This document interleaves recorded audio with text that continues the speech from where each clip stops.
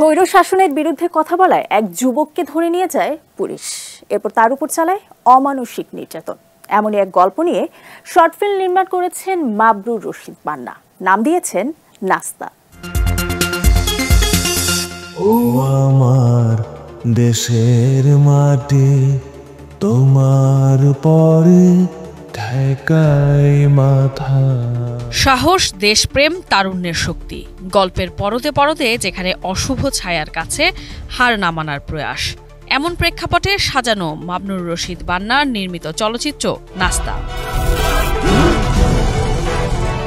স্বৈরশাসকের বিরুদ্ধে সামাজিক যোগাযোগ মাধ্যমে এক তরুণের স্ট্যাটাস, আর তা কেন্দ্র করে শুরু হয় হুমকি আর গুম হওয়ার আতঙ্ক।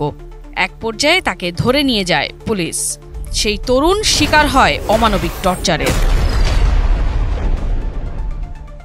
তবুও মাথা নোয়াবার নয়, অন্যায় আর দুর্নীতির বিরুদ্ধে এক তরুণের প্রতিবাদের ভাষা হয়ে ওঠে লাখো তরুণ তরুণীর প্রতিবাদের প্রেরণা।